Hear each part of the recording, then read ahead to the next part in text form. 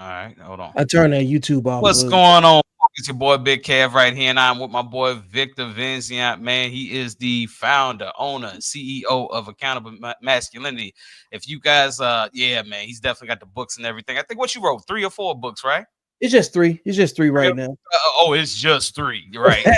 Hey, I know some guys that got like a library by themselves, man. So right. I keep mine in perspective. You know what I'm saying? Understood. And all those are available on Amazon, right? Yes, sir. Yes, All sir. right, definitely. Make sure you give me them links so I can put that in the link later on to make sure people can click on it and go to and find them books. So what we are here tonight talking about, we are talking about Donald Trump and him deploying the National Guard in DC, man. I just want to kind of look at this video right here real quick. Hold on, man. I'm gonna bring it up for you guys because at this point, man, this is crazy, you know. And you know, it's honestly crazy how this is working, bro. So hold on. All right, so new video from overnight shows a massive presence of officers with Homeland Security in Washington, D.C.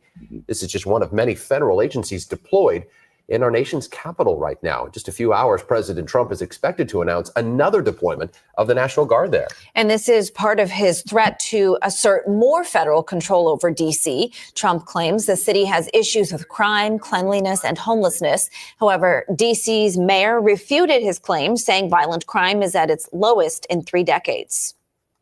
If the priority is to show force in an American city, we know he can do that here. But it won't be because there's a spike in crime. This is what I know. We are not experiencing a crime spike. We do know that this task force has been focused on quality of life issues.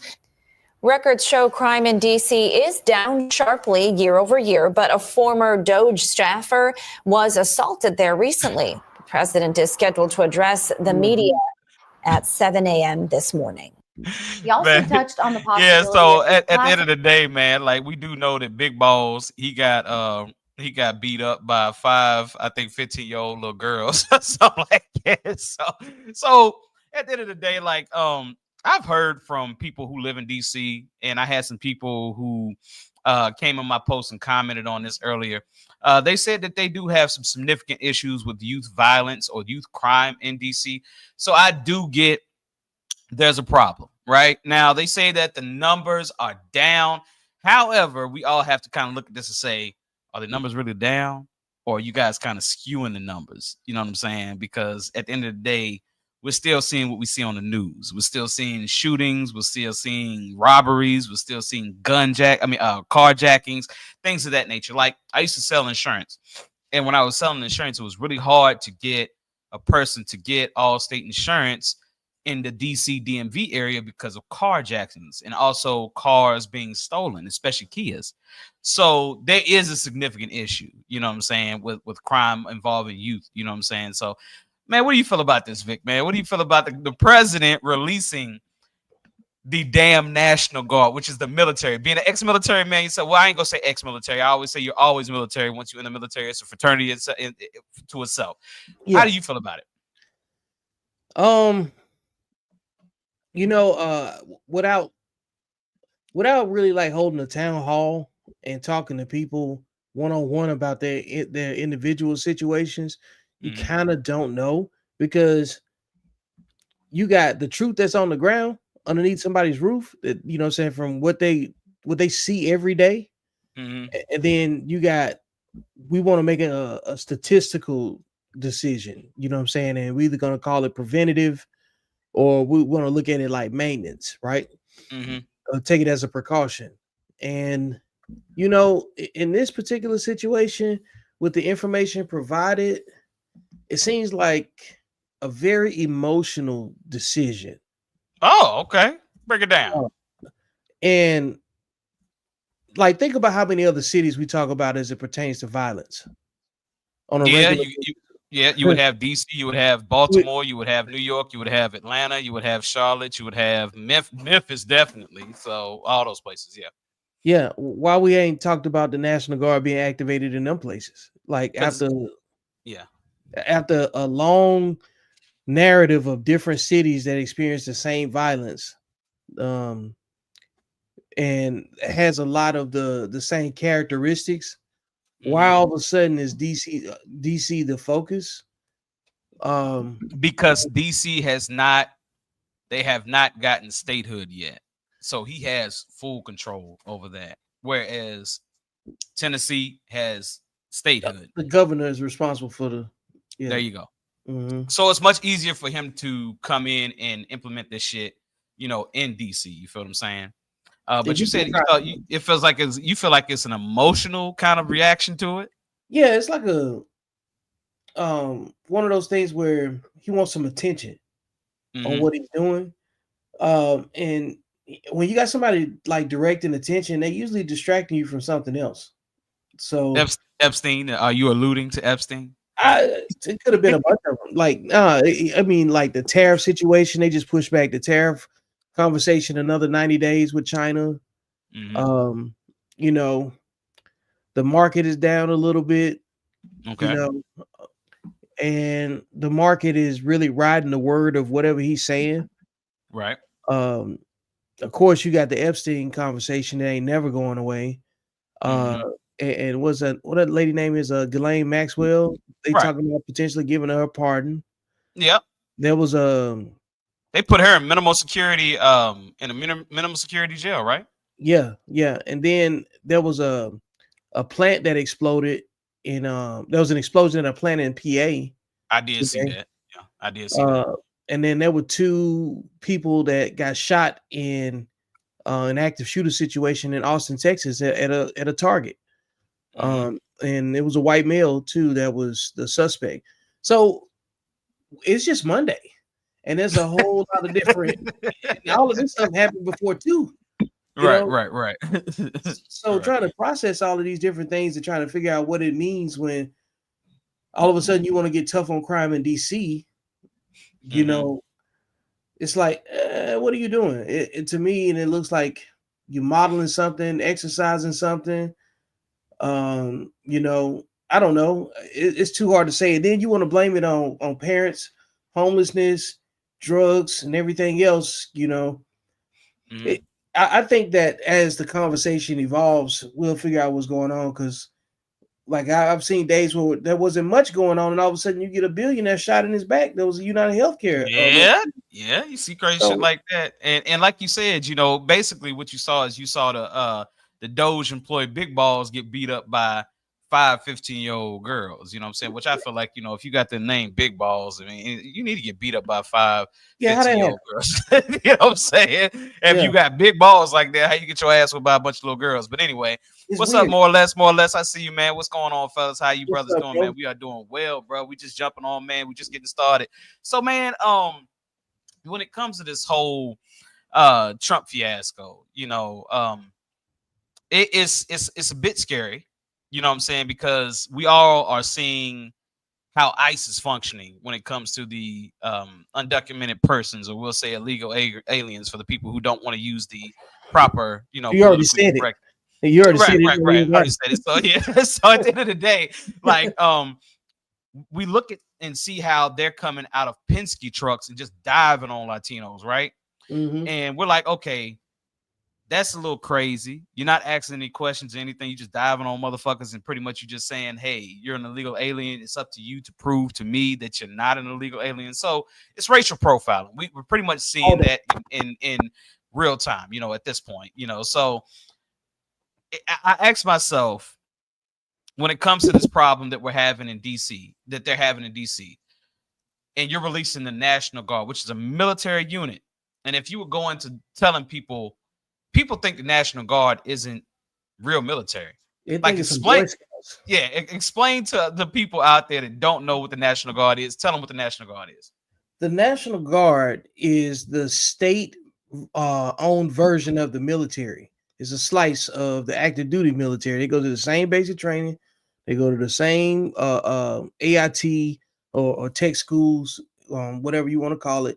And they might be listed as weekend warriors, but a lot of times those units still get activated for long periods of time to go do certain things. Like, for instance, the border security stuff, that's usually National Guard too. You know what I'm saying? They will activate some regular Army units for stuff like that, but they got some very specialized units within the National Guard too. So a lot of people might think they playing, but they're not. Hell no. They got the same artillery, they got the same guns, they got the same armor, they got the same tanks, they got the same helicopters. Yeah. Everything is the exact same, right? Yep. Okay. So Yep. so that's the problem. So we're talking about the United States military, people. The United States military coming into DC and facing off with what I'm assuming what they're talking about is majority black youth. Yep. This ain't gonna end well.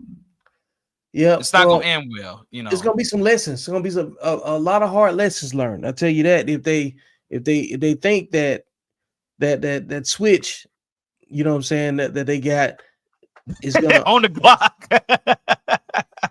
It's not gonna go the way they think it's gonna go. You know what I'm saying? Nah. Like, it's the same people that went and found Osama bin Laden, you know what I'm saying, built 2 helicopters and flew to another country to go get him from another country. Right. And then flew back out with him in a body bag. You know what I'm saying? I see that Eddie Alexander Banks, he said it is time to consider the truth of the matter. Eddie, would you kind of elaborate on that? Elaborate on that, because I mean I see what you're saying, but I don't want to speculate of what you're trying to say there. You know what I'm saying? Like, elaborate on that a little bit. Oh yeah, I see my boy Gene right here. I guess you want to get in the conversation. Let's go ahead and bring him on in. Gene, what is up, baby? What's going on, homie? What's poppin', man? How's everybody doing?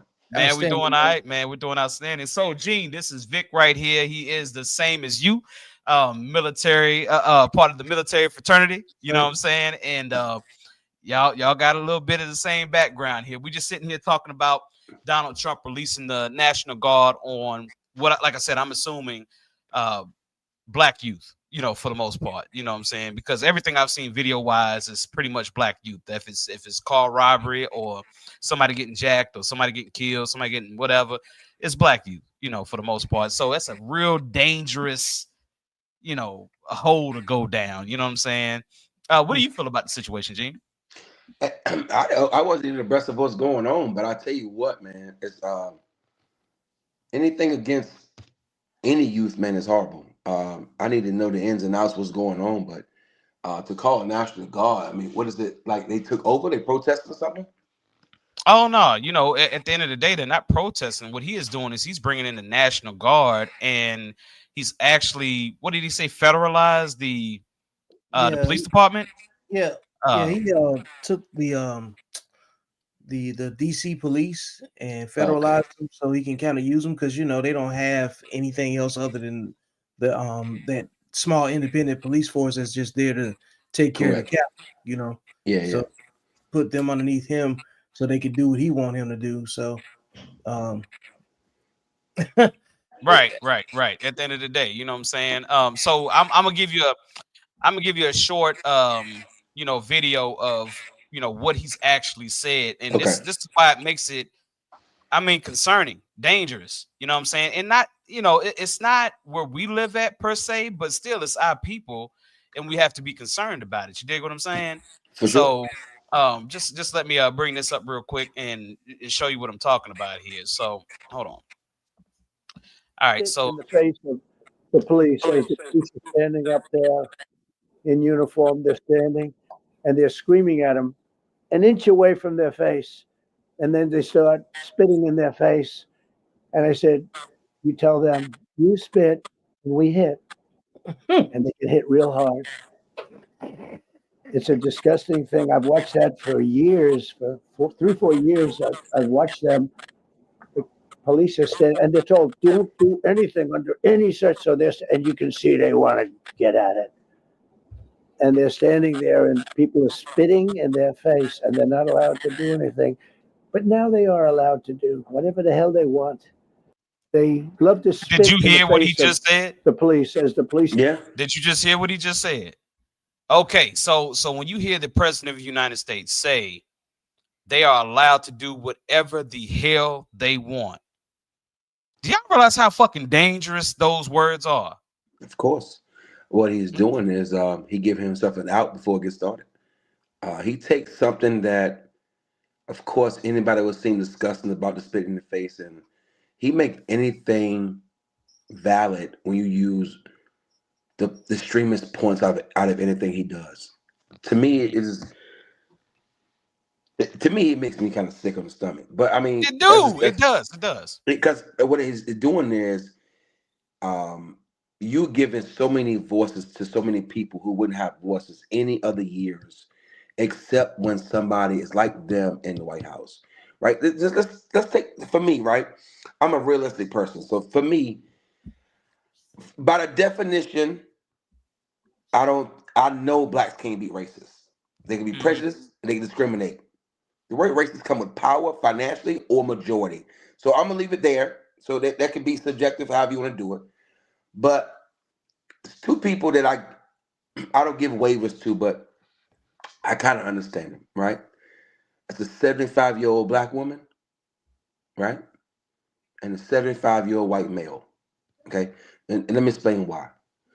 75-year-old black woman has went through 3 phases with us as black men, and she's been in 3 phases with white men, right? Releasing their voting rights, give them certain type of rights to be even humanized as black women. 75-year white man, our grandparents or great grandparents might be attached 1 or 2 generations attached to slavery. Well, a 75 white man he is as well. So that means he has a great grandfather somewhere that either owned slaves, was poor, or he picked up on something when he was 75 throughout the years. We have an 80-year-old white man that run our country. For us to think he cannot be possibly racist, to me, makes me want to think, why do we even use the word? Why is it a thing? Because if he's not racist, I want to see one. If he's not a bigamist, if he doesn't come out his mouth towards our kind of people in a negative tone, not negative words, a negative tone, the way he presents himself about us, then I don't know what it is. So I think people just either stop using the word, right? Because the word racist or racism shouldn't exist anymore if he's not a part of it, right? Oh, it's almost like when he's saying, I freed 21 Savage or whoever he freed, I don't know. That's supposed to be our culture enough for us to get back there. Okay, oh, you do mess with us. You do bang with us. That's nothing to me, right? I listen to people talk all the time, right?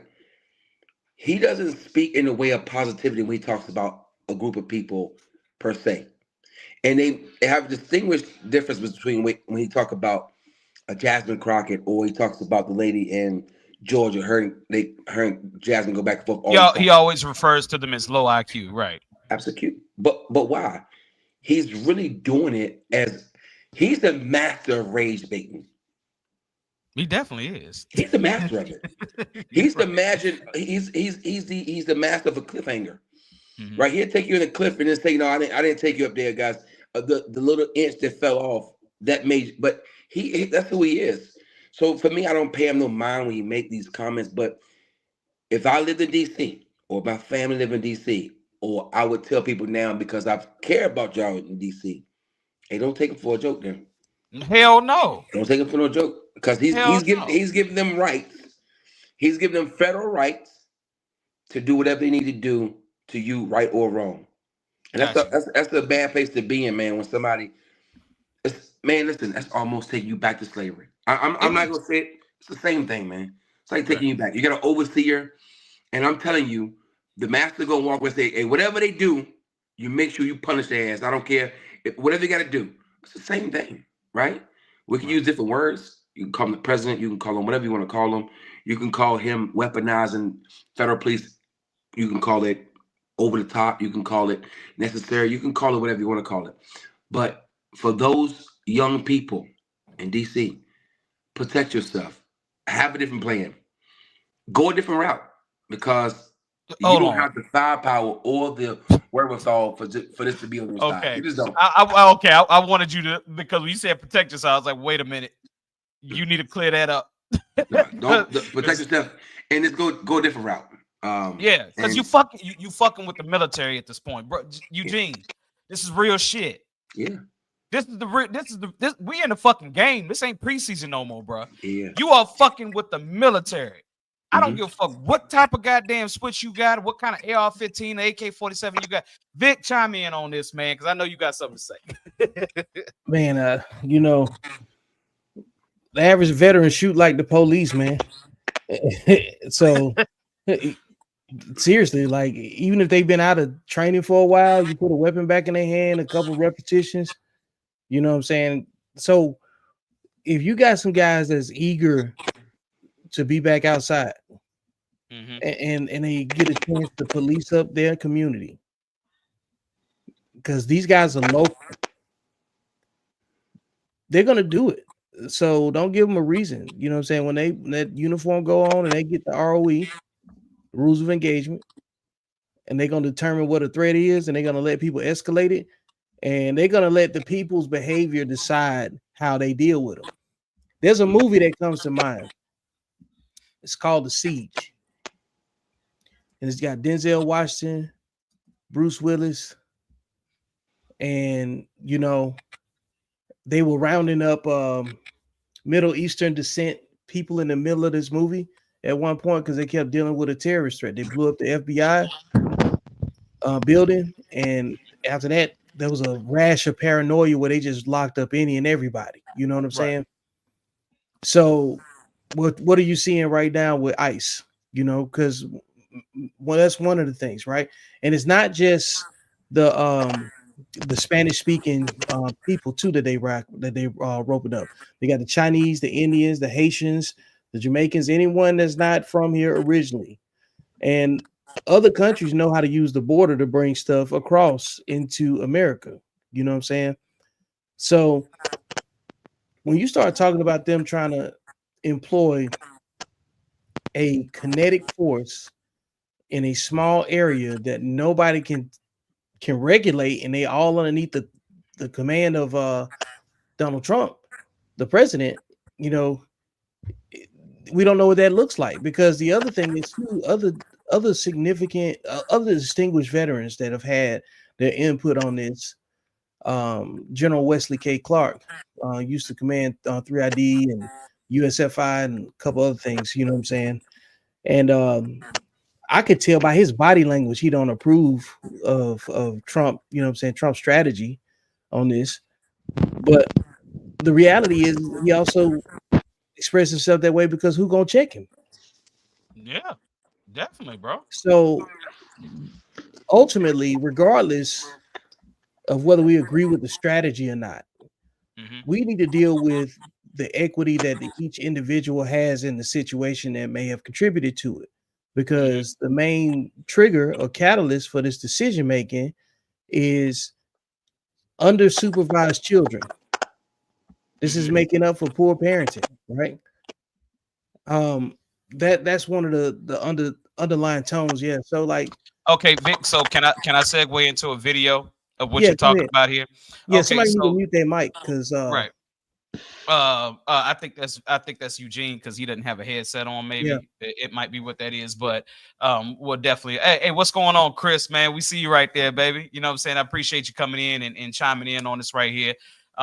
Just a second here, and before I get this video started, I want you guys to definitely chime in on the comments, man. I want you guys to talk about this, man, and really, we're gonna bring you up on screen and show people what you're saying, and we'll react to it and everything, man. We just kind of chime in, man. We guys want you definitely to interact. We just don't want you watching.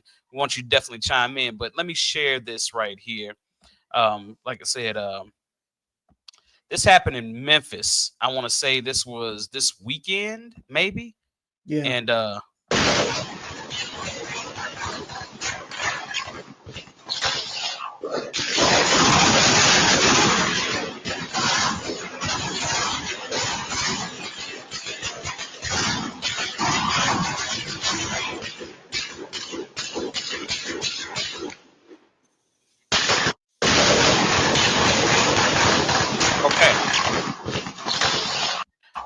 so you guys seeing that right there, right? And you seeing what looks like a war zone in America. You know, so this looks like third world country shit. This looks like something that you may see in a war-torn area. You know, whether it be Ukraine, whether it be Afghanistan, whether it be Iraq, whether it be any of those places that are war-torn areas. This is in Memphis, Tennessee, y'all. So when you got, I don't know if you guys could hear it, I can hear it on a headset, but that one gun that was going off was an AK-47, and it was an automatic. You know what I'm saying? It wasn't a person, it was automatic. It was squeezed and it was coming. You know what I'm saying? The rest of them, you heard some Glock with the switches on there. You heard that. You heard all that stuff. And you're hearing all these bullets hitting these houses and stuff like that. So this is what the people in D.C. are saying that they are experiencing. So, I mean, is what Donald Trump doing to the extreme, or is it not to the extreme? Because when you see things like that, you're like, yeah, that's different. You know what I'm saying? Like that's really different. What do you feel about that, Vic?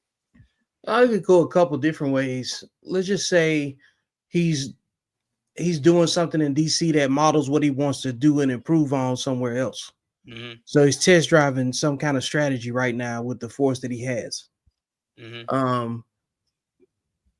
I don't see DC being in the conversation of persistent crime the same way you hear about El Paso, Detroit, Chicago, New York, maybe even Charlotte. You know what I'm saying? Just thinking about even, places that could be geographically closer, So it's just, I think it's too soon really to come up with anything else other than some kind of wild speculation, because there's so many other things just taking place around it.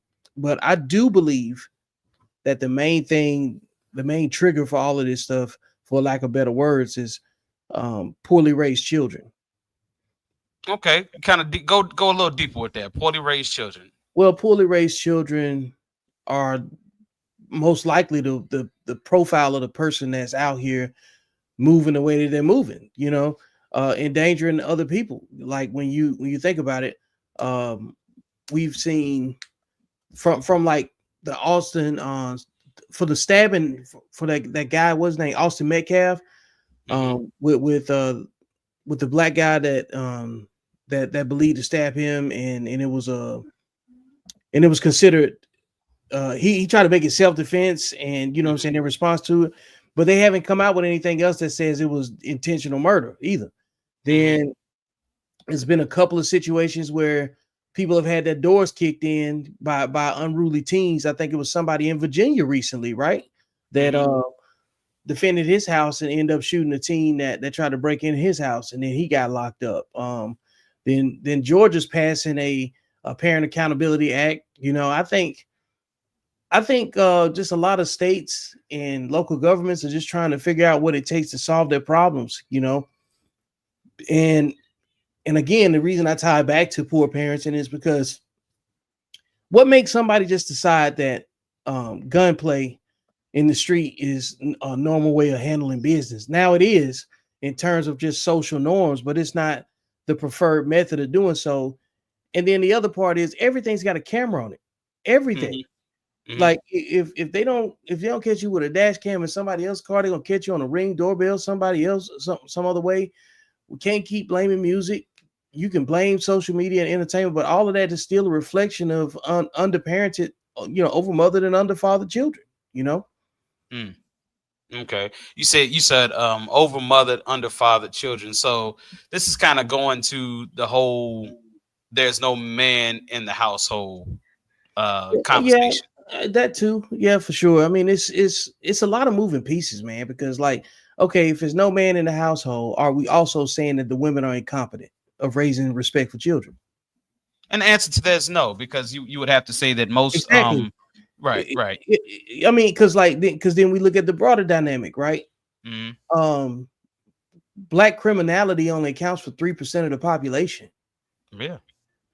So when we start looking at the numbers of a number, like what's popular in the media to say on a macro is that most crimes are happening in Black communities. Cool. Let's just accept that for what it is, right? Because we're not going to solve the problem or have a better conversation by deflecting to what white people do, what any other ethnic group is doing. You know what I'm saying? We have to deal with what we do. And if you think about what you do, and what your children do, because they're the product of your leadership in your house, right? Right. And you think about the threats that that people in your house are under every day based on the conditions of where you live. You either made some decent decisions or some indecent decisions over time, right? So the stuff that we can't relate to, there's going to have to be some more ground truth and honesty from that side of the discussion for us to really see it in its totality, because we don't know what they're seeing in DC. You know what I'm saying? And some people aren't even, like they're not even situationally aware or bothered enough to even care, because they may not live in the area where they're affected by it. Right. So I think overall, if everybody was taking care of what's underneath their roof, the conversation wouldn't even exist, because black men get held accountable. They get locked up. And then the other side of the conversation is, well, single motherhood is accounts for 54% of homes, you know what I'm saying, in the black community. 54% of, you know what I'm saying, homes are led by women. And so we got to start asking, well, which type of behavior profile is coming out of which homes? Because we also model single fatherhood too, and they're producing equal, if not better, results than both the single mother and the two-parent home. So my wife, her and I were having a conversation about that the other night. She had saw like a YouTube reel, or maybe like a YouTube short or Facebook reel, and it was saying that the if a single father was raising kids, it was the equivalent of a dual parent household when it comes to numbers wise, and it comes to successfully raising a kid.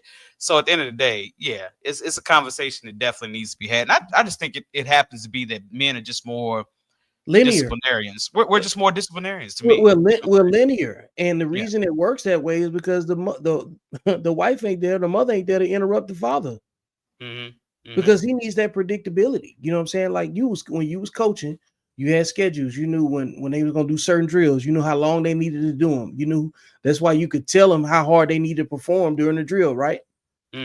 Absolutely. And it's this part of your practice is gonna be trash for the next 30 minutes. But you need to do it the way I'm telling you to do it, so you can see how it pays off somewhere else, right? You don't have nobody coming out there saying, "Oh, big Coach Cav, don't make them do that." No, because you keep drilling it into them over and over and over and over again, right? Because you're gonna be an adult a lot longer than you're gonna be a child. And there's life lessons out of that type of training. You're watching the grit and the will to do the intangible come out of that child, right? Well, if you constantly getting interrupted, how effective is your training? How effective? How, you know what I'm saying? What are you missing? Like if somebody's interrupting you, if you're arguing for something, what are you arguing against? And when we start talking about the solutions and stuff of questions, people get offended when they can't accept somebody else's point of view and maybe make a tweak or allow new information to change what they already thought. So what you get out of this is when you can't listen and you just listen to respond, listen to counter, it's shootouts in the streets, just like in those videos. Right. So when you go into what you're saying about, households that are led by single parents or whatever, right? And we're just going to go out to single mothers on this one, right? Yeah. I made that post about Donald Trump releasing the National Guard into DC and also federalizing the police department in that area, telling them, do what the hell y'all just saw the video. Do what the hell y'all need to do to calm this whole situation down, right? Which is a very dangerous situation. I had mothers in that actual post that did not know that Donald Trump had made those moves. Zero situational awareness. Zero situational awareness, bro. And you will hear it from every woman. They say, I don't watch the news because it's depressing. It's not for your fucking entertainment. It's for you to be informed about what's going on around you. It's not to make you laugh. It's not to make you cry. It's not to make you feel a certain type of way. It is to inform you, is what it's for. So at the end of the day, now you have an ass load of mothers out here, and it possibly fathers too, because there's some brothers that don't watch the news, that don't even know that this is occurring. They don't even know that the National Guard is walking their streets right now. They don't even know that the police have heard Donald Trump say, handle this by any way, shape, or form, by any means, right now, are walking their streets and riding around in their neighborhoods. They don't know that that's happened. They are completely unaware. So they don't know that their son might be out here doing some dumb shit tonight. And that police just heard the president of the United States say, basically, if you shoot and kill one, you gonna get off. They don't realize that. Yep. They've been desensitized, man. And that's part of it too. I believe the level of psychological violence we've seen with police injustice over the last 10 years, or 10 years ago, was at such a high volume that, you know, like it is a lot of trauma, you know what I'm saying, in terms of like what people consume over social media. A lot of desensitization. I don't even want to call it trauma because like now it's the norm, you know. So people get to pick and choose what they care about. And that video of Memphis, I've been on record saying, hey, some places with wherever the hood is, it's a sundown town.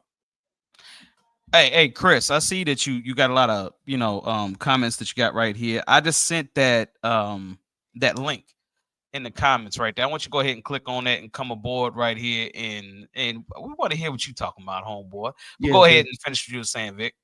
Yeah, I think at this stage we're having, this is like the ultimate accountability moment for Black people. Mm-hmm. Or anybody that fits this behavior. You can talk about what Donald Trump is doing, but what did you do as a parent that produced the circumstance that's being remedied by the government? You know what I'm saying? I'll talk about, man, you remember I talk about a man in uniform? Let me tell that story real quick, right? Mm-hmm. I talk about the man in uniform, and it's to bring this to fruition. You're going to respect a man in uniform. And the problem that our society has is it's based on the fact that there's a lack of respect for men in general. Okay, that is the thing. Let's keep that as the base point. So let's just say, hypothetical scenario: Cavi's at work, has a bad day, gets sent home from work. Cavi work at O'Reilly's or AutoZone. So they send you out there with your red shirt on and your black pants. You mad because you got into it with a customer when you could have probably held your cool, or you know what I'm saying, or whatever, right? But you felt justified in how you handled it. Management get wind of it, they send you home. Now you get in your car because you was in the right, so you feel is the opposite word, the appropriate word.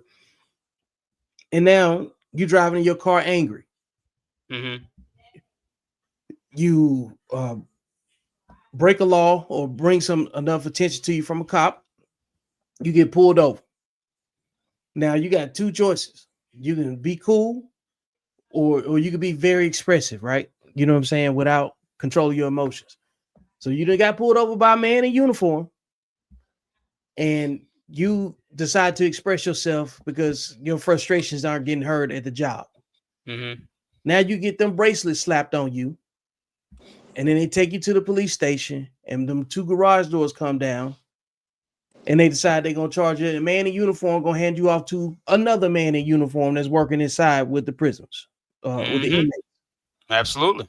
They gonna fingerprint you, and then they're gonna tell you to take your work uniform off and put this orange and white striped uniform on with these orange Crocs or whatever color they got. And then you're gonna get in another uniform, and now you got to go interact with other inmates with the same uniform, where you still got to interact with them and understand the politics of where you are, and still listen enough to do what another man in the same uniform that you got on. Now, those cats that were shooting out in the street, they'll shoot at each other and live 2 blocks away and won't join the military. They won't get no benefits for none of their trigger play that they interested in. Right. And they spend their life trying to do fish fries and GoFundMe's to put each other in the ground. You know what I'm saying? All while having kids too. Let's not overlook the fact that these are grown, you know what I'm saying, men, children, you know what I'm saying, in these situations. There's plenty of situations where women are doing the same thing to each other. It was something else that happened in Memphis where there's one dude, trying to defend his mama at a cookout. He done stabbed 4 people at the cookout and killed 2 of them because it's too many men raised by women. And that's what this is, bro. Like, I don't care what nobody say, and I will stand on it, because if we're going to fix the problem, we had to determine where more of the problem is coming from and where less of it actually is coming from. Okay. And then people get mad at that point because they think, oh, you just generalizing. You goddamn right, I'm generalizing. We got to start somewhere. We got to figure out where the majority of the problem is coming from first. And then we have to figure out, well, what's the behavior profile associated with that? Because we've been studied more than anybody. Okay. Nobody has been studied more than Black people, from Margaret Sanger to like, you name it, from the Tuskegee experiment to medical apartheid to medical genocide to anything you can think of. Nobody's been studied more than us. It's time for us to understand why they've studied us and apply those lessons from that as well. Because what's happening is already anticipated. They already know which directions you're going to go in. Black people only occupy 11 cities in mass. So it's not like you're just going to crash out and end up in Montana somewhere or Rhode Island causing havoc, and it's going to be a great migration because crime is better up here. No, this is already scripted, because of the fact that you've already been studied. They base a lot of data off of you, voting data.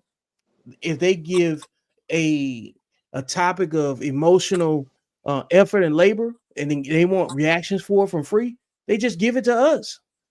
And if we overreact to it, they got a good idea which direction they're going to make the adjustments in, because your emotions are held in high regard, but you can't defend yourself. So all they get out of you is free advertising. And meanwhile, we over here trying to discuss going 50-50, child support, and why Kamala didn't win. You know what I'm saying? Okay. You see what I'm saying? Like, Okay. All right, go ahead and chime in, Gene. I know you've been listening for a minute. I know you got something to say, homie. I was trying to see what y'all responding to, you because I cut out when you responding to the video in Memphis. Right. Go ahead. Oh, I see so many things wrong with that. And fortunate and unfortunate, we have to deal with the 5 to 7% of, maybe 3 to 5, 7% of our culture, and it get exposed a lot, and it's a problem. With anything else though, it's hard to please the 5%, man. And we can work hard at it. We can, you can work around it. You can look at it however you want to look at it, but it's a tough 5% to police. Just like if anything else, man. That's so much to unpack when you see somebody unloading 140, 200 shots in the neighborhood. There's so much that came before that everybody missed, that everybody should have been talking about. Everybody should have had a formula then, when all the red flags came up. But I think sometimes we don't address red flags, or we don't know what they are. And as a culture, I think that we can get better at knowing what is a what's a sign, a precursor that somebody is not out of control, but out of their mind, right? Mm-hmm. And we got some people that's out of their minds right now. We do, right? Yeah. And it's a very extreme. Let me break something real down to you for a second, if you don't mind. I can't imagine being a single mom or a single father or a 2-parent household when I make this comment. People laugh and joke about school supply giveaways, right? They laugh. Mm-hmm. Some people laugh and joke about it. Oh, I see you at the club and you getting. I feel you, right? It's easy to talk about the 3 to 5%, man. It's so easy because if you think about it, all their problems become grossly obvious to everybody. Right. You don't have problem solving skills. You don't have, right? We're talking about the 3 to 5%. And now when that 3 to 5% start creeping in and grabbing your other 50% in with them, then you have a more of a problem. Absolutely. But it's hard to please 3 to 5%. If again, I'm going to, in anything you do, right?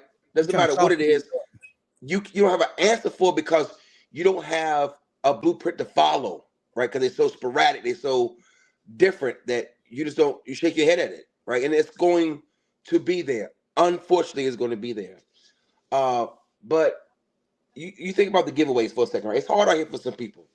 I look at myself, right, and I think I did fairly well in life, man. Ex-wife did phenomenal in life, and and we had a daughter starting high school, son going to 8th grade, right, and my son's going to a private school for the first time. My daughter's going to an academy because she played volleyball, he played football, right. Mm-hmm. Let me tell you, man, I sit back and I usually, when I was I call it in the mix. When I was in the mix, career chasing and goal chasing for us, what I wanted from corporate America, I was chasing. I really didn't notice what you were spending because it was coming in so fast, right? It was just, I had a bad sense of what it was. I was just trying to take my kids school shopping and do some things that I've never done when I was growing up, right? And some people look at it. Some people look at it Some people look at it different when I say things like that. But I also give them everything else to go along. I didn't have either conversation, knowledge, everything else. But I just wanted them to have, a good experience going back to school, something they can hold on to for a long time. But man, let me tell you something. I look at it this time. It's hard for some people out here, man. I got No two doubt. kids. I got No two doubt. kids, man, and I think I spent upward between $2,000 or $3,000. Damn. And I'm just trying to figure out. It's cut out the schools. I'm gonna cut the school clothes. Cut it out, right? Because I gotta. But you think about school supplies. I went to Target 2 days ago, right? To get some finishing. I thought finishing touches, right? Composition books, whatever. And the total came to $146. Mm-hmm. And I was thinking to myself, man, if times is tough right now, and it's what I'm saying, I'm not speaking like I'm above anything else, but if times is that tough right now, that'd be something that's gonna weigh heavy on me with my pride, my ego, not being able to provide for my kids. Something happened, people losing jobs. Man, it's tough out here right now. I would tell people guard your peace guard your peace and your freedom right now at the all-time high, man. It's Mm-hmm. so difficult for certain people. And so many people have fell asleep at the wheel when you have an instance like that in Memphis, man. So many people fell asleep at the wheel. It's very unfortunate. And listen, they made a bad decision. I mean, let me address it first and hold them accountable, whoever it was, because you pulling triggers on AK-47. Listen, you deserve accountability for what you did, okay? Mm-hmm. But I'll tell you something, man. The parents absorb some of that their responsibility. Their so-called village deserves some of that, and their community deserves, because we have a hard time policing the obvious because it's taboo for our community. Mm-hmm. We rather wait to talk about it after it happens to talk about it first. Right. Absolutely. We'd rather free Jerome than have Jerome have a intervention because we're afraid what Jerome gonna say or do. But we don't mind talking to Jerome when he get locked up, but what he gonna do when he get out? It's a vicious cycle. Definitely. And if people truly knew what happens when you commit a crime and go down to the courthouse, if you truly knew what it was, it's the biggest form of economics that you ever want to see in your life. The more you pay, the more you probably can afford to play. And it's just simple. I cannot talk to my lawyer for 3 weeks. The court case tomorrow. He could talk to the judge 15 minutes for my court case and the whole thing settled. Because it's how much you're paying them. So Right. you're going to do something. You're going to have a retainer or going to pay them to get you out. They're going to do the same cycle. Judge gets some, they get some, get you out. Boom. You can go tell all your friends, hey, man, this dude got me out. 3 dudes having lingering. And this is the community I'm talking. This is some of the community I'm talking about. Because this don't pertain to most people. But this is the community that's real. People should realize that you're paying that vicious cycle. So that risk versus reward behavior you have, to me, it's so much more that could have been done in them lives with them kids pulling that type of things in somebody's city. That's beyond a whooping. That's beyond this bad in school. That was dramatic. It's been dramatic in their life, and nobody can tell me that they didn't see anything. Hey, I don't know where that came from. That's gonna be a lie. It's Right. so much them kids have done already that you overshadow, and sometimes we got to stop overshadowing things, man. And see, Eugene, It you were really just clip talking things. about You were just talking about school supplies and these book bag giveaways and school supply giveaways and stuff like that. And Jessica is saying that I just spent $75 per child for school supplies, and I have 4 in school. Yes, sir. Yeah, that's a Yeah. lot of money. You know Hey, what I'm listen, saying? hey, and I'm telling you something. I don't know Jessica, but I'm telling you guys right now, that don't include a book bag. No, it does not. It does not. No, It and does then not. that has nothing to do. So when I use the number 2 or 3 grand, people say it's a lot. Well, if you just think about it for a second, think about hair, go back to school. Think Right. about I have a 14-year-old daughter. Man, I'm gonna get her nails done because I work back to school. You talk Right. about school shoes, school clothes, Right. book Right. bags, school supplies. Man, it gets expensive really fast, and things is not getting So any cheaper. Right. So let me bring this up right here. I shared the screen for a particular reason. Me and Vic were talking about this on like in the, probably like about 3 or 4 days ago. It might have been 2 days ago. I don't know. But anyway, and the dangers of doom scrolling, and also you just watching stuff on TikTok, just that doom scroll where you're just scrolling, you're just seeing a whole bunch of negative stuff, right? So you had just said, 5 to 7% of individuals that were engaged in this whole shooting fiasco, right? So when I actually asked Google Gemini, which is an AI, program, and Google Gemini is out of all of them, the most neutral. So it's not left leaning, it's not right leaning. But what it definitely does is you got to understand AI has all this data, it has all this information. Every book written that's loaded up on the internet, every piece of data that's loaded up on the internet, it has access to that. So when you ask it a question, it's reaching out to that data is coming back to, and it's feeding that to you. So when I asked this, I said, okay, how many black people die per year from gun violence? How many black people? It said 13,000, right? That's the actual number that it gave me. I said, okay, of approximately 48.3 million black people in the US, 13,000 deaths come from gun violence, which would represent approximately, listen to this, people, approximately 0.0269%. It's not even a percentage. That's the dangers of doom scrolling. Doom scrolling has us thinking that there's some kid living across the street ready to blow your head off. And it's telling you right here that 0.0269% of the population is actually engaged in this. Now, not saying that all people that's engaged in gun violence, no, because gun violence would also be those who got hit by a stray bullet and didn't die. You know what I'm saying? So possibly this might come up to 0.0, I can look it up, 0.06%, but it's still not even going to be a percentage. So we have to be careful on how we look at these phones, and we have to be careful on how we let our algorithm kind of like take it to another spot, because like I said, doom scrolling is a real thing. We're sitting here scrolling on these phones looking for something negative, and it's not even that. Me and Vic also talked about there's this big time thing that people are talking about. Well, 70% of black kids are raised by a single black mother. No, it's not. It's 49.8. No, You know what I'm saying? Which is still high, but it's not 70%.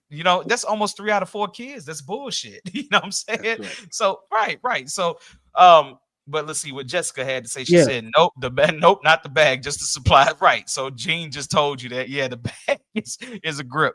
I paid, I want to say, for my kindergartner, was it $65, I think, for all of her school supplies. Well, that's not including the bag. Her Bluey bag was like almost $30-some-odd. So yeah, there you go. Hold up, so we up to 100. What about school clothes shopping? Oh yeah. Well, now when you put that in, that's all on my wife. All I do is put money in the kitty, and she take all that. But again, that money was. But again, I can see where you think about this for a second. You mentioned something that's very important, right? And I can respect that. You said I put something in the kitty. Right. All right. So what if there's no person to put that in the kitty? You right.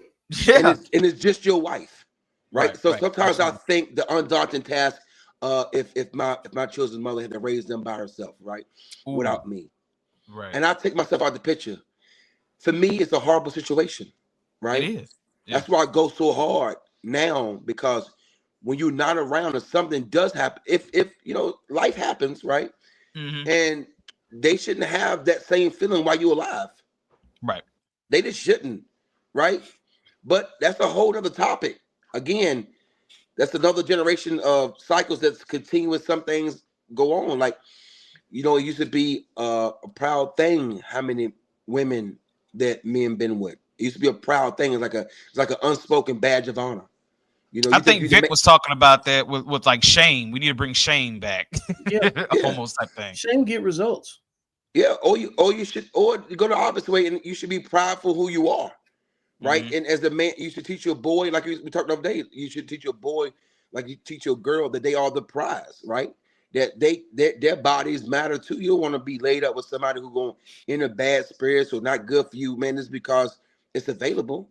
Sometimes you gotta Mhm. use discernment and use use more than common sense. You use what's that somebody have either lived experiences they're gonna give you, or you learn from education. You don't Mhm. sleep with everybody because things happen that you don't really want to happen. You can't say that the child's mother is a little crazy. Well, you never met her. You didn't know her. Let me jump Mhm. right there. So in that conversation, what Kevin and I discussed, the people that fit that profile, they're all raised in the same way. The single parents reproduce kids that become single parents because they likely reproduce with children that came from single parent homes. It's really just that simple. It's horses and zebras, man. Like there's a demographic of people in the black community that are from a matriarchal architecture in their home, and there's a patriarchal version of the same black people. Those people are generally not going to be attracted to each other nearly as much as the people that were raised just like them. And I don't know why that's such a hard concept for people to accept when they hear it, but all you got to do is look. All you got to do is look at if you've been in and out of relationships and you got more than one relationship to compare. Look at the common denominator and see if any of those if the relationship worked because they did or did not have a parent, did or did not have a father as a parent. If they had a stepdad, if it had some kind of different biological connection with the father. Your best relationships as a man probably worked out with women that had their dads. The worst relationship probably didn't work because you did not have a healthy connection with her mom because she had an unhealthy connection with her own daughter. So looking at it from the male point of view is that's why your selection criteria is so important. I talk about sexual discipline all the time, but if you don't know what to screen for, see, like when we think about sex education, when we were kids, they just teach you what your body part is supposed to do. But we need to have an adult revisit of these things, just like they make a sequel of all the other bad movies. We need to have a sequel conversation about the psychological evaluation of who you should and should be attracted to, because a lot of it, again, going back to we've been studied the most, right? Well, we don't study ourselves. We too busy criticizing instead of critiquing. You know what I'm saying? And then when we do decide that we want to get into the conversation about critiquing, we want to talk about 50-50.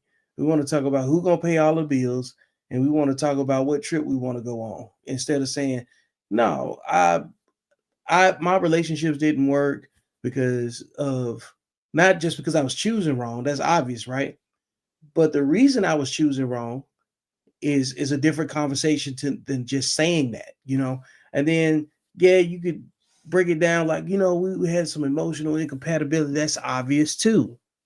But the real reason that you're incompatible with a lot of people is because your childhoods don't sync up, or they do sync up. Like if you raise too much of the same way, you're gonna be very, very tempted.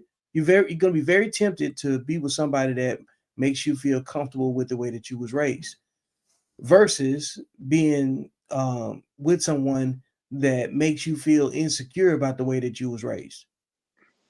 And some people can't put their ego to the side for that reason. Like there's plenty of women that grew up with their dads, right? But how many men have the ego to be with a woman that had her dad and he taught her right? And then mom, and she grew up seeing her mom protected by her father.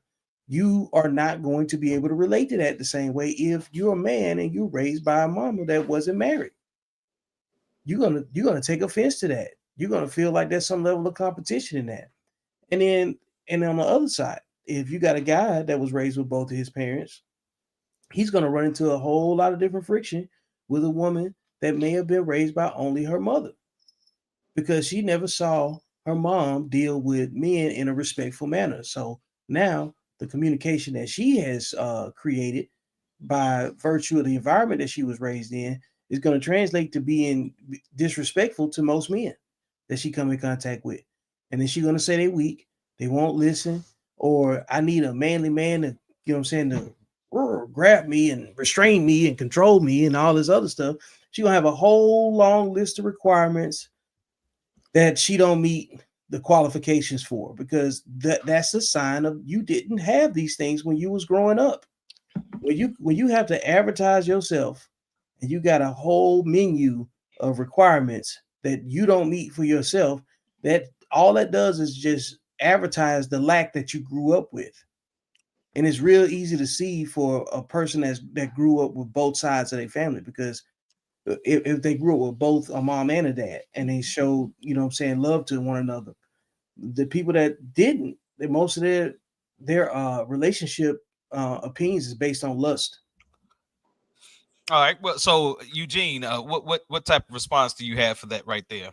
I think it's very it's unfortunate that we get like you said, you get studied, but we get judged a lot, right?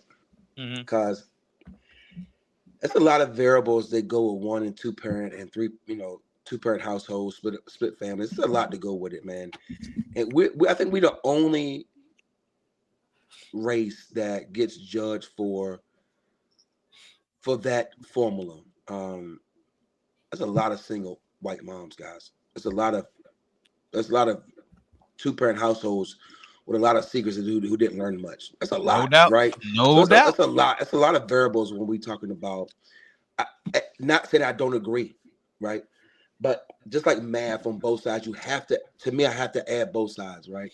It's unfortunate for us. We have to justify our body count. We got to justify our discipline. I don't see a lot of other coaches talking about sex discipline, but we talk about that because we don't want the wrong people to appropriate, right? Because we're poor. Poor people over reproduce with no research. You're right. And poor people with a formula that set us up to be poor. So I want to be. I got that. I just want the only reason I'm interrupting right here is because this is part of the problem. We want to talk about how to fix black problems, but we always got to bring white people into our shit. I don't think white people belong in the conversation. No, and that's what I'm saying. So we got to stop comparing ourselves to everybody else. Their software doesn't work in our community. Right. Well, I'm not really comparing the two. I'm not comparing upbringing between the two cultures. I'm not doing that. What I'm saying is, unfortunate. First of all, we have to be subjective about what's real and what's not about our culture, right? Right. So to fix our culture, it's going to come from. You can find people that's 2 or 3 steps from the problem, and it got to be bonded on the truth, and it got to be bonded on some type of uniqueness that every family, even though it's the same, you get the same ingredients, but the cake will come out different, right? We're just different. We're different point of views, and some people had 2 fathers. Excuse me. Didn't mean to say that. Let me back up. I didn't mean to say that. Well, you know what? Somebody got 2 fathers. Somebody got 2 fathers. Hey, but I didn't mean to say that, right? But I'm going to say 2 parent households, but the father took on the role that the woman should have a voice, or it's do what I say. So for a father to have a son like that, unless the father's teaching his sons the reason why he's saying that, that means the son is going to have a really big gap of not learning from his father. And that's unfortunate. That's not going to work as a 2-parent household, because he still didn't get the type of guidance he needed to become a man, even though he was raised with a man. Right? It's just different. Right? So now we got to figure out, is your parenting skills the right thing to be teaching your son? Did you go over problem solving skills? Did you go over goal setting with your son? Did you go over how to overcome adversity? Did you understand what resilience was? Like all these stuff that people could. When we get grown, we deem these things common sense, but it can't be common sense if you have to be taught it. Yes. So common means it comes common. Taught behavior is taught behavior. Somebody has to teach you these things. It's like etiquette when you go to a restaurant. What fork to pick up? It ain't common sense, right? It's not, because some people never been in a situation where you had to use the etiquette for your utensil placement. You don't know what cup to use, which one is the water, which one is. It's just certain things that's not common sense. And to fix our problem in our culture when it comes to this, and to take a deep dive into the numbers, we got to police our own house first, then police our street, then the city, then the community, and then the city. So we got to branch out. We go from I don't know anything to I know everything, right? And it goes so far Yeah. sometimes that people, and you got to be careful, because everybody is going to be on the side they know everything. I've never once on social media, in person, talked to a person say, "Man, I already don't know shit. I'm just floating around like a pinball machine, and I'm bouncing around just making it." So you got to be very careful about the circle they come from, because they could be the smartest person in their circle, right? And then when they go over to another circle, you like, "Hey guys, something don't sound right." But to them, now you weird. So I think it's an issue. Yes, man, we got to fix the problem. We got to get down to the nitty gritty of it. We got to get back to communicating. We got to back respecting our women. First of all, even if you separated, it don't matter, man. Listen, I got the best relationship with my kid's mother. The best, man. The best. And it's so important that we don't diminish or downgrade the person that we chose to have kids with, regardless of the situation. I don't care if it's you meant for it to happen, you do discipline or not. Well, your maturity level as a man has to kick in after the decision was made. You don't have the chance to go back and redo it again. It's done, right? So now I always tell people that I use commas a lot. Comma, now what? Right? What do you do now? Do you bail? Did you learn it from two-person house or one-person house? Do you just give up? Do you let her do things and gaslight everybody like you're really doing something you're really not? Like, it's so many things we can get down to when you talk about parenting, and just simple things things with manhood that we can pass on to other people.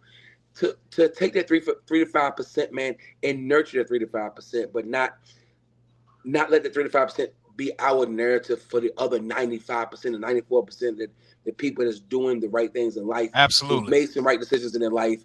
Absolutely. And guess what? Who's won, who's failed, who's had to overcome, who's still down, who's coming back up. And life is life, man.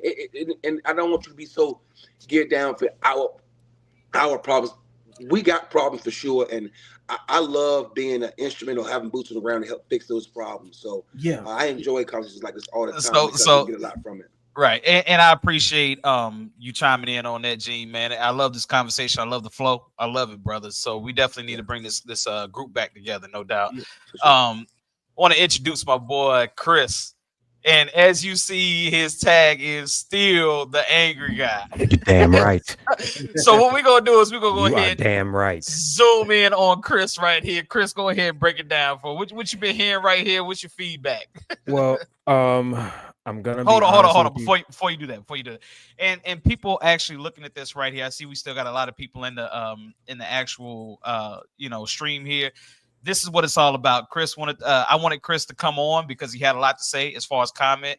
I gave him the actual link to come on. You guys are more than welcome to do that. We want to hear from you guys. Not just comment on the side, but we actually want to hear from you guys. All right, go ahead and go, Chris. I'm gonna be honest with you. It's difficult for me to talk about the whole parenting thing because I had the displeasure of working in the family court business and I know how it flows.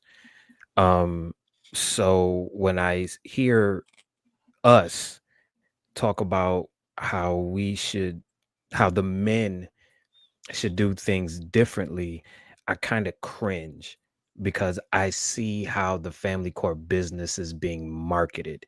And yes, it's not a system, it is a business. You understand what I'm saying? It's a business, and it's a business that's Break it down. Tell us how it's a business. It's a business that's marketed towards the women to keep.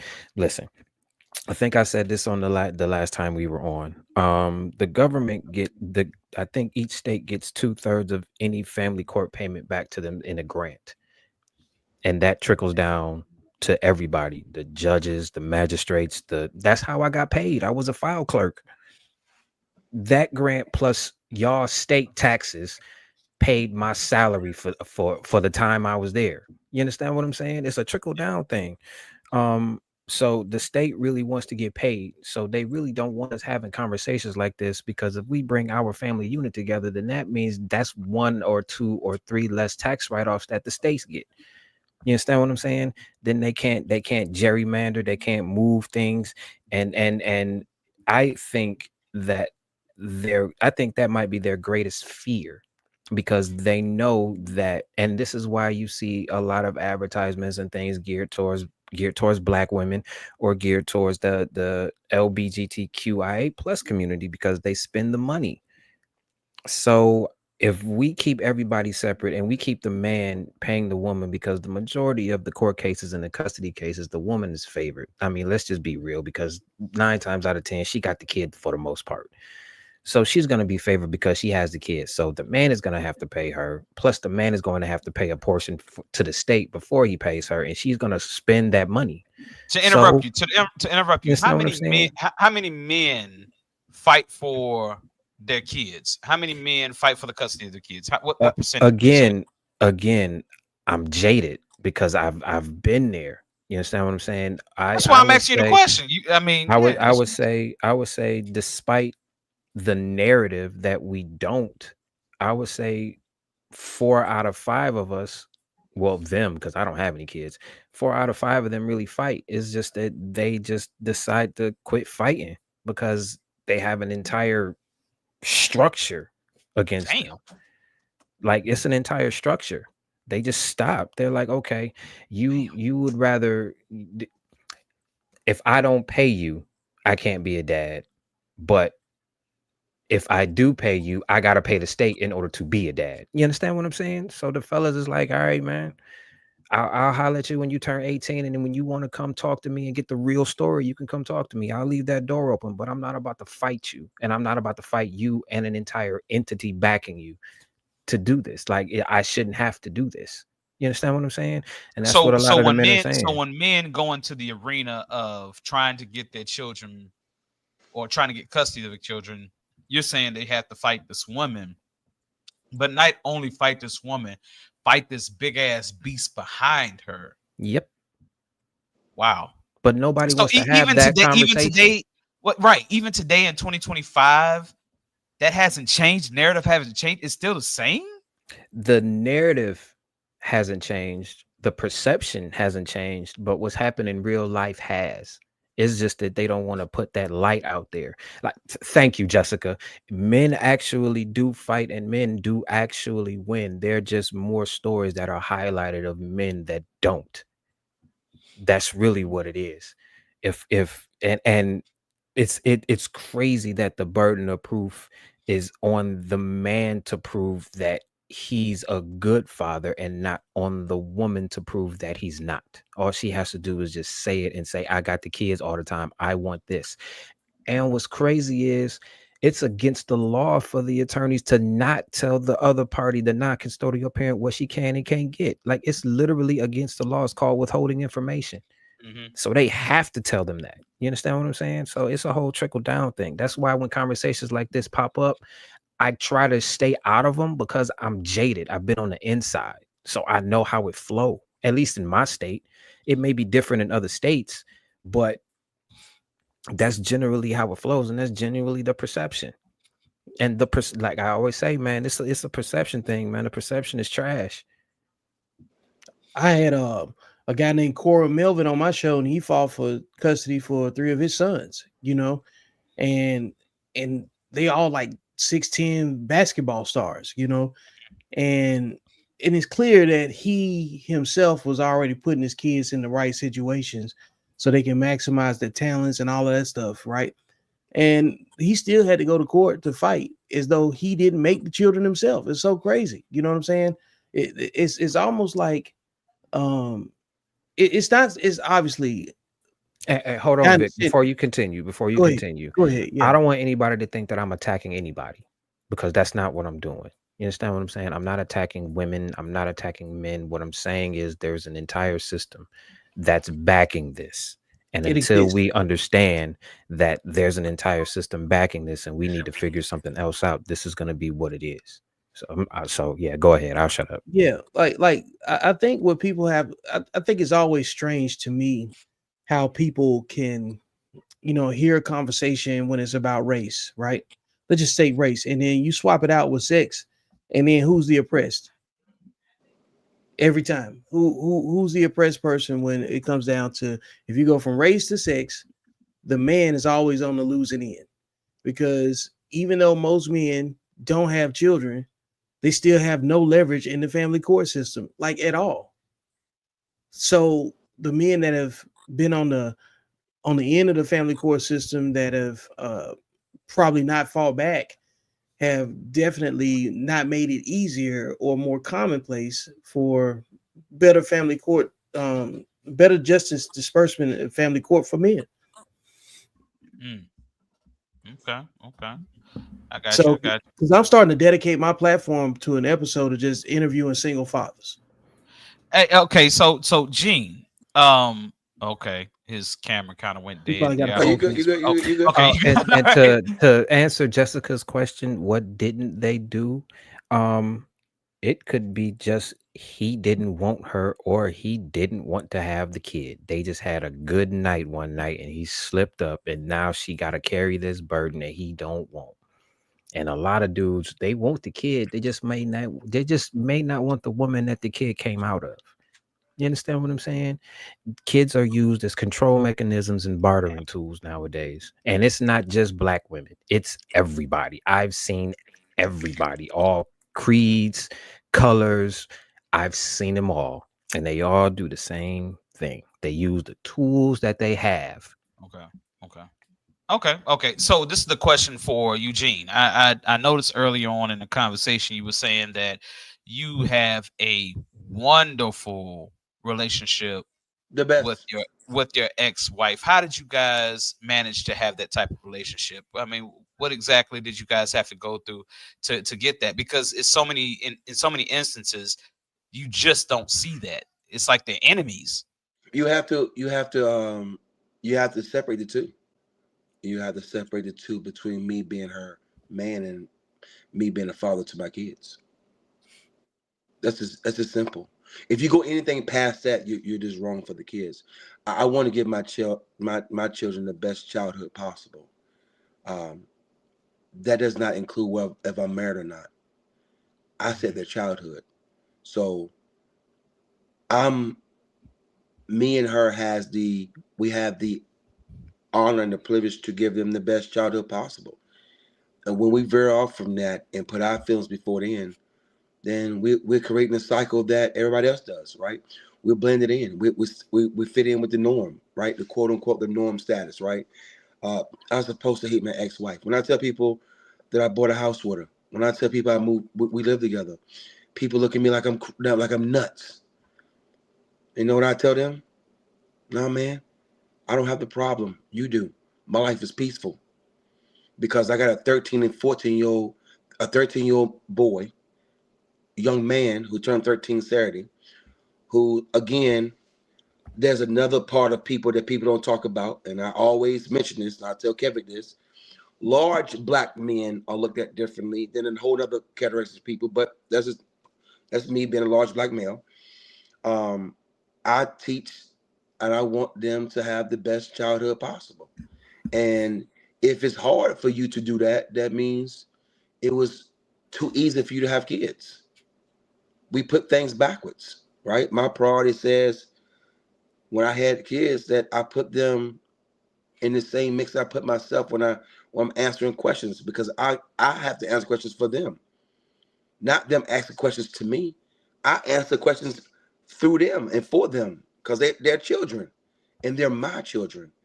So when I go somewhere and fight, if I had to do this, right, and I have it, um, it doesn't matter what it takes for me. See, I'm different though. I can't breathe without my kids. So Yeah. I'm just telling you, I don't care if I was poor living in a car because I paid so much just to have them. I'm going that route because so many people go broke over the wrong things. Some people go broke trying to fit on with the Joneses, but you still do it. Some people go broke on trying to live a life for the neighbor, but you still do it. But to walk around and act like you don't have kids because you and mom beefed, no, man, let me tell you something. You sit down at the table and every day of your life when you don't have your kids, if you want your kids, don't gaslight me if you don't want them, but if you want your kids, I'm telling you, find you a mediator, right? Put your ego to the side. Call me. I'll talk to her and I'll talk to you and get y'all on the same page of something simple to start off with. You have to understand when you start mentioning your relationship or the relationship y'all have between each other, it's no longer about the kids anymore. It's about what didn't happen. And you didn't prepare for the relationship. And a lot of times we don't prepare for the relationship, but we want to be the best in co-parenting. You got to be able to communicate. You got to be able to talk this thing out. And yeah, our communication for our relationship, was down. And it caused us, I was in corporate with woven together to make decisions not to be together. And being around somebody 22 years, it was difficult. But again, man, what do you want for your kids? And I want everything for mine. So I'm willing to do everything I can. So to me, it was easy. Now, I wouldn't recommend it to everybody if you ain't mature enough to do it because it ain't easy. Now, but being more mature is easy to me. But there's steps in between there. Like I told you, Kevin, before, my father taught me a couple of things. He didn't teach me financial security because we struggled a lot. But he did teach me what being a mature male is. And being my mom's best friend for years. He showed me that. They was together 50 years. So he showed me that. I fell back on that to know I could be her best friend because I watched how it's done for a long time. And we learned from my environments. And this environment I chose to learn from. Made some mistakes along the way, which is self-inflicted. I did that. That was me. That was me in society. That was big man over here. Big man did that. I didn't learn it from my father. I did it on my own. But the things he did teach me, it stuck with me. So I fell back on that. Okay. Anybody want to chime in on what Junior just said here? Well, this is another reason why I don't like having conversations like this, because Gene sounds like every man that I have ever conversed with about their children. They will do anything. They will literally fight tooth and nail for their children or to be in their child's life. I've seen this, and anecdotally speaking, a lot of my friends are either married or are about to be married, and a lot of them either blended their families or they're having their own children. So not only are they having their own children, they're taking in another party's children, and even the outside parents are like, okay, you dating her, so what? You dating him, so what? We got these children, let's work together. That's really what's happening in real life. It just sucks that that's not the narrative. You understand what I'm saying? That's not the narrative. The narrative is we don't take care of our kids. The narrative is we just out here just releasing and just being frivolous, when the stats say different. But don't nobody like talking numbers. Numbers don't lie. Yeah, they don't like talking numbers. Don't nobody like talking numbers.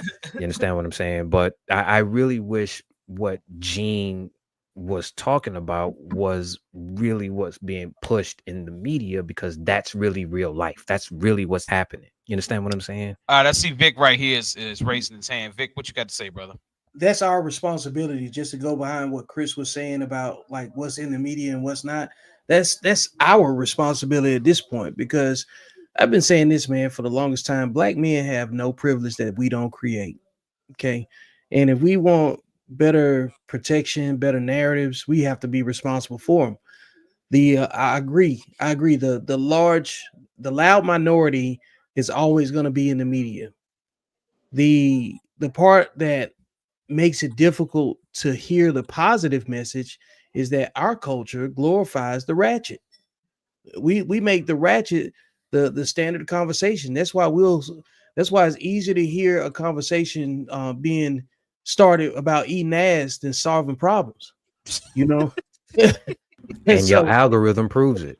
And the algorithm proves it every time. You know what I'm saying? Right. We don't want to say, we don't want to have a conversation about what we don't know how to do, because just like Gene said, the minute we turn on this mic, everybody knows every damn thing. You know what I'm saying? and then you don't want to hear things from the other side, you know. And what Gene was talking about, and kudos to you too, brother, because like what you just explained is the discipline mindset. Everything you talked about, you was about eliminating problems, working with the circumstance you got based on what you know, and being of service to your kids and the woman that you made your kids with, regardless of the relationship, and how it turned out, because you were of service. That is a disciplined mindset. And you don't have an ego behind it. And yeah, because it ain't about you. It's It ain't about the about kid. you. You don't have an ego behind it. That's and like I said, man, I just really wish that was the narrative, because that's really how it is in the real world. You understand what I'm saying? That's really how it is. Yep. And that's why like I started my platform called Beyond the Algorithm, because life actually happens beyond the algorithm. It's not just in your timeline. You know what I'm saying? Those are people's highlights of their best and their worst at any given time. And if you see the best for them all the time, they probably are only just showing you the one or two good things that happen, but they don't show you all of the self-sabotage that make them feel like they got to promote themselves with their little highlight reels and all that stuff. And it's not to dismiss it or whatever, but you don't never see back the summer school pictures. You look back to school pictures come out, you don't see them back to summer school pictures. First day of summer school, you don't see them pictures. I see some things just have not changed. So Vic can kind of cut you off right there, Chris. So I want you to go ahead and continue what you were saying there. No, I mean, it's all pretty much been summed up, man. We need to start telling these people that represent us in mainstream media and in social media that have the microphones. We need to start telling the loud minority to shut up. That's just basically it, man. We gotta I'm start with telling it. them to shut up for real, Yeah. because and I see, you know what I'm about to say. You know what I'm about to say. Oh, We're yeah. not this stupid. Go We're ahead, not say it. this- We're not We're this not this stupid. stupid. Yeah, we're We're not this not. stupid. We're not this dumb. You know what? I want to say something real fast that what Vic brought up, and what Chris just said just now. A lot of things that destroy us or meant to destroy us, it get pushed to the front with a lot of pushback from it, with a lot of force. So, lot of public, a lot of publicity behind it, and people like again, Kevin. You know, I mentioned his name. You know, to me, it's the epitome of change for me. I don't Officer Tatum. I think he's the minority that who truly thinks that internal racism don't exist. He wants the popularity vote from them like it's going to matter. Right. Let me tell you that again. I was raised so very unique, man. Kev, you know that, man. I was raised Absolutely. in the center of the hood, right? Uh, but my father worked at the opposite. So when I go around my father's job, I'm seeing lawyers and doctors and this everything that you ask a child what do you want to be, they're that. You We know, saw that. Right. we saw that, and it made me look at life different. They took it to my one of my guys at my dad's job. It's 156 employees. My dad is one of two African Americans. He's been there Right. 46 years. He started the week after I was born. And I watched the way they treat him. And, when you was younger, I thought it was cool. But then I got older, I thought, I wish I could tell my father, go to work tomorrow, don't ever go back. But his pride with his job allows him to stay for this long. We've been taught to, you got to be very careful. Again, I talked to my father. He's 71. He's not going to change a lot of things in his life right now. He does not. So it's up to me to change things for my namesake with my father. I tell him all the time, I'm a fearless entrepreneur. When I say fearless, I mean fearless. I don't believe in going to work for 50 years in one place, retiring, and living the last 10 years of my life and catch gangrene and it's over. I'm not that guy. Right. Right? I'm just not that person. Right? For Right. me, as I know that we are very skillful. Our ingenuity is very high. And I've been taught by the right way and by the wrong way of doing things that we can just change the narrative on that as well, you know. Um, and this is something that we could talk about forever, man. Great conversations with great people about things that really can be changed or tweaked and to improve, to sit down, to talk about how we can decrease the opportunity for people to be single moms or single dads or two parents household is struggling, don't have the structure they truly need because people think they're good because just because they're married together. It takes a village in the community to raise to raise the village, man. Um, I love my neighborhood I live in now. Like I just do, and it's so caring and so kind to each other that that everybody willing to chip in and give everybody that extra boost when you're missing it. I just wish that I could go back to where I was growing up. That my parents' neighbors did the same thing. It was a family, man. It was community. It was built. Unfortunately, someone wasn't right, and and we went on the side of like Vic said, we went on the side of being ratchet and made it very comfortable and made it. People do what they people do comfortable things all the time. They do it a lot, right? Because it feels good. When you get uncomfortable, that's when people start to separate themselves. That's what makes you separate yourself in life. I truly believe that. Comfort, only thing comfort zone is comfort, right? For me, being uncomfortable means growth. And I know I've got the yap in me, but I'm really, really big on getting down to the root of things. And I like the base of the fire. I don't like the high flames everybody talk about. That's for the media to look at. The problem, if you're gonna be a part of the solution, I'm okay with hearing your opinion. If you're not, then you're just gonna be a person that could tell me you can see flames from a distance when they're really high. That's everybody. Everybody can see that. I just like getting down to nitty gritty and the root of the problem, man. And like I said, everybody's problem ain't the same when you get down to the root of it. All right. I'm gonna say something, then I'm gonna hop off because Yep. I have a gym session at 4 a.m. and if I'm late, I'm gonna get killed. So Go ahead and break it down, brother. I'm gonna say this and then I'm gonna hop off. Link's wife if you're unsafe. Um, um, earlier, we were speaking about racism, and Gene brought up internal racism, which is a thing. Mhm. I'm going to go on the other side of it and say, and this may offend a couple people, but if it does, I don't care. Fight me. We need to stop using racism as an excuse to act like idiots. Racism is not a green light for you to be out here acting like animals. Racism is not the green light for you to just think that you can do whatever you want to and then hide behind because I'm black or because I'm a woman. You know better. You're not this stupid.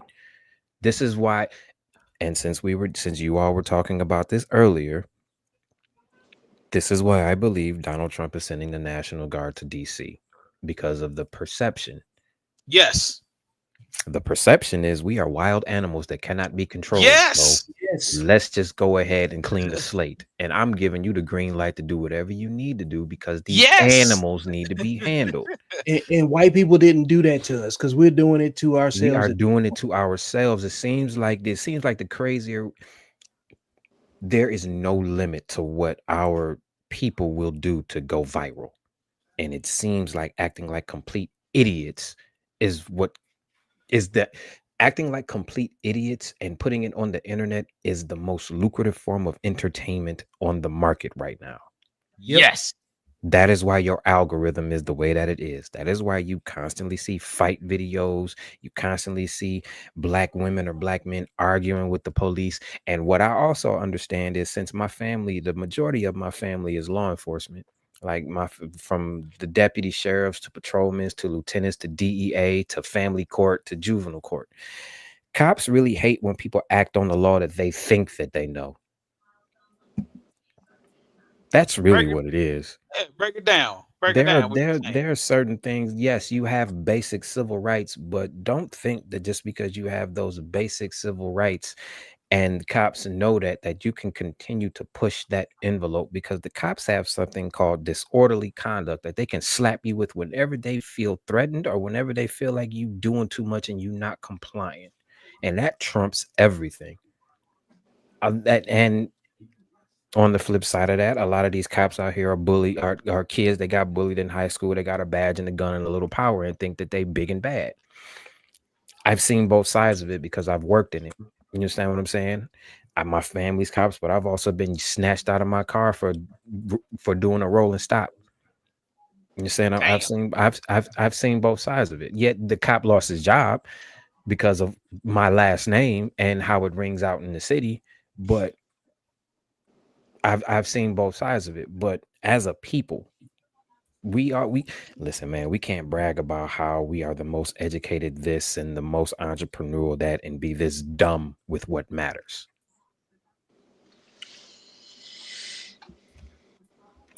So yeah. All right. I think I'm gonna say this real quick. I think it's a 50-50 sword we're using right now. I think the same people talk about the educated stuff is not the people who've been represented by the stupidness. And I don't think the people that's doing the stupidness is represented by the people that are educated. So I think it's two different people. It's unfortunate that we get to burn up everything. Our race is the most publicized everything. So I get it. And we do got a lot to police ourselves. So I'm gonna take accountability that we do have to do that. And that's where I'm standing. We need to police ourselves. We do. But listen, there's no doubt about that. That has somebody has fell asleep at the wheel on that one. Knowing that you have to know into the game though, whatever game you playing, sometimes you gotta know the rules first, right? And the rules is you already know it's gonna be magnified by 10. Whatever you do, it's gonna be magnified by 10, right? And when you say disorderly conduct trumps everything, that means it's a no-win situation. I teach my kids just how to come home. And I'm not saying that it's right to comply to BS. I'm not saying that. But see, here's the thing is, here's the thing with that. Here's the thing with that. You're teaching your exactly. You're teaching your kids, get home. Let me know what happened, or get home and let's figure it out after that. The cops are thinking, I gotta get home to my family. Right. And you not about to get in my way of that just because you feel like you want to act a certain way and then hide behind your skin color or hide behind your gender. You're right. We are fighting a 50-50 war. But the thing is, like, I'll double back. We need to do a better job at policing ourselves, and we know better. We know right from wrong, and we are not this stupid. Man in uniform. I keep saying it. It's like, if something can happen to you randomly, right? Then it's even more incumbent upon you to make the best decision possible given the circumstances at any given time. We do not have the luxury to make decisions out of fear. If all of these other variables exist and we're creative enough to be successful in entrepreneurship and everything else, then we have to make a disciplined decision at all times. We're not afforded the opportunity to make as many errors as other people. And, our mistakes are highlighted for weeks, years at a time, especially as Black men in general. So you don't have the luxury of making a mistake like you think you do. We're not the same as everybody else. As much as we want to be seen as the same, we're not. And I think we need to embrace that, even if it's a bad thing, because if somebody has to stand up against the ratchet, and every other culture got its ratchet, you know what I'm saying? But we're the only ones that glorify. And we build our social funnels off of this and how we interact with each other and everything. We're the only culture that can be divided over a director. If Tyler Perry make a movie today, we're gonna be on two different sides of the equation yet again. Oh, please do not bring that man up. So it's too late. Hate oh my God. Exactly what I'm saying. We don't like new opinions. We got this utopian idea that all Black people need to be on the same sheet of music, and it's not realistic. Not considering that Black people Africans sold other Africans into slavery. You know what I'm saying? Hunted them down the same way, did the same thing. It's not realistic when the men and the women on the east side of town don't get along with the men and the women on the west side of town. It's not even realistic when you look in your own families when majority of the beef start with the women. And and the opposite sides of the families can't get along. Siblings against siblings for unhealthy reasons. You got to start underneath your own roof. You don't have no community if you don't have no household. You don't have a house. You don't have a family if you don't have men involved in it. You know, and nothing's credible without men. Nothing. So all of this taking ourselves out of every single equation. If we're gonna take ourselves out of it, then we need to stop talking about the fight that we just left. Let those people scrap and die. And that's why I keep talking about that there's disciplined people and then there's undisciplined people. We need the disciplined people talking more about solving the problem than talking about the undisciplined people. Once we draw that line and that boundary and that barrier, it's not saying that they're not invited, but their behavior is the only thing that's going to get them access to. You can only have what you can afford, and it only has anything to do with your behavior. Nobody deserves to be treated better than their behavior. We can't keep making excuses for adults that are parents that we wouldn't allow our children to make. So we need to take the advice that you would give your children as adults. We ain't got no grandparents that can come in and say, hey, you're doing this wrong. You're doing this right. It's just us. Like, even like you talked about before, your dad's 71 years old. There's very few things that you're going to trust his guidance on. You know what I'm saying? Or his opinion. His opinion is just about his experience, rather, you know. But we got to have better ways of saying that without being disrespectful to our elders, because there's always been a gap between which men do we want to listen to or which women do we want to take advice from. And the truth is, we only need to listen to people that respect us. Now, when you start narrowing that down, and then you think about the behavior of people that don't respect you, is that in the majority or the minority? And then you got to be honest with yourself. And that's starting at the micro level, you know what I'm saying, with your circle. Like individually and your anecdotal experience, it might be a positive one everywhere you go. But it's some people that got raised by folks that never left home. So that their universe is relegated to a zip code. You know what I'm saying? And that zip code is violence. They've been handing down a poverty mindset, you know what I'm saying, as as well, generational wealth for them. You know what I'm saying? Some people are raised in dysfunction, and I'm sorry, until they decide they want to pay attention to something that's not dysfunctional, it's not going to change. And it ain't our responsibility to go fix it. Gotcha. Anybody want to chime in on that? I do, but I gotta go. All right, yo, we're gonna go ahead and it was a pleasure talking to all of you. Hey, bro, I gotta step down too. I appreciate it. I tell you what, when we have you guys gotta go, since both of you guys gotta go, I'm gonna go ahead and wrap it up. For the people who have chimed in tonight, we had a lot of people come in, and some people definitely chime in on the comments. We want to get to the chat before we get out of here. We want to get to the comments before we get out of here, though. Yeah, okay. I mean, Chris y'all and be everybody good. bounce. Y'all get, but we'll get to the comments. All right. If you guys got to leave, go ahead and bounce out. But I was gonna go ahead and take about 5 minutes to wrap it up. But go ahead. We'll holler at y'all, home. All right, y'all be good. All right, fellas. Okay. Yep. Okay. It said, okay, kids are in bed and I'm free. Ask me anything. so at this point, Jessica, we're gonna wrap it up, because we're almost going on 2 hours right now. But it was a wonderful conversation today, and we held on to a pretty good, size people that kind of held on to the conversation before it dropped off. I think it just got a little late or whatever. But this is something that we're gonna be doing every Monday and Tuesday at 9:00. So we're gonna stick to that schedule. So Monday and Tuesday, 9:00. Remember, like you remember Martin back in the day, 8:00 p.m. on whatever day. Like I said, Monday, Tuesday, 9:00. If you guys getting tired of commenting, typing in something or texting something, come on, and say, hey, bring me on. And what I'll do is I'll go ahead and send you the link, and you guys can come on and engage that way, But it looks like, Jessica, you've been on here for a minute.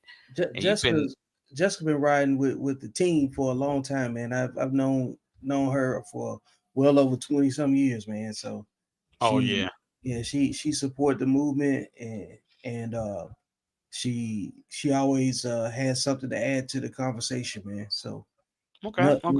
Another veteran supporter. You know what I'm saying? Definitely. So what we're gonna go ahead and do is, like I said, it's been a great night, people. It's been a great conversation. We're gonna go ahead and chime out and see you again tomorrow in the same time. Well, I don't know if we're gonna do it. I think we'll do it tomorrow. Not same time, 9 o'clock. And come in here and, like I said, chime in and interact. Anything that you guys want to say it. It don't matter what the subject matter is. But we're gonna go ahead and get on up out of here. Vic, you got anything to say? Man, I can't say nothing I ain't already said, man. Black Fabio out. All right, now. Y'all have a good night.